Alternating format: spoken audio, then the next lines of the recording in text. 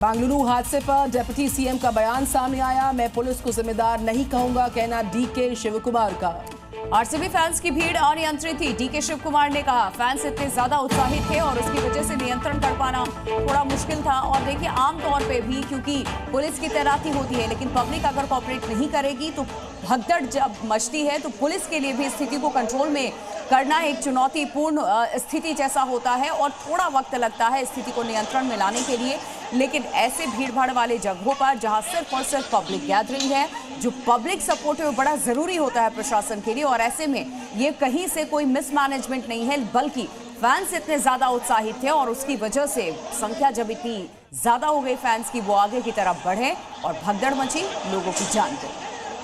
और बेंगलुरु भगदड़ को लेकर इस वक्त की बड़ी जानकारी, 11 लोगों की इसमें मौत हुई है। इस भगदड़ में 25 से ज्यादा लोग जख्मी हो गए हैं, तो कई घायलों की जो हालत है वो नाजुक है। इंतजामों पर लोगों ने सवाल उठाए थे। जब ट्रॉफी जीतने के बाद आईपीएल की आरसीबी यहां सेलिब्रेट करने के लिए होम ग्राउंड पहुंची तो यहां स्टेडियम में भगदड़ मच गई, जिससे 11 लोगों की जान चली गई थी। कई लोग इसमें घायल हो गए थे और बद इंतजामी का आरोप लगा है। लोगों की भीड़ बेकाबू हो गई थी और इस वजह से भगदड़ यहां पर मची है और भारी संख्या में आरसीबी फैंस जुटे हुए थे। इंतजामों को लेकर के सवाल खड़े किए गए।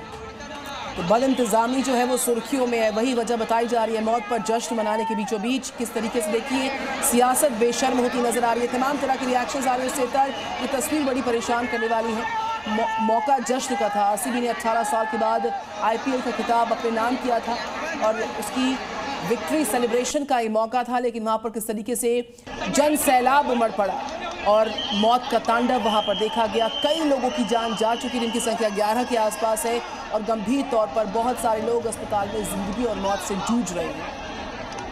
ये तस्वीरें हम आपको दिखा रहे हैं कि कैसे ये शख्स इस भीड़ का शिकार हुआ और उसके बाद ये बेहोश होकर जमीन पर गिर पड़ा। उठाने की हर संभव कोशिश इस शख्स को की गई, लेकिन इसकी सांसें थम चुकी थी। और ये तस्वीरें आपको दिखा रहे हैं, आरसीबी ने पहली बार जो आईपीएल की ट्रॉफी जीती उसको सेलिब्रेट करने के लिए अपने होम ग्राउंड पहुंची हुई थी और उसी बीच यहाँ फैंस ऐसे उत्साहित थे, भीड़ बेकाबू हो गई, जिसे काबू में कर पाना प्रशासन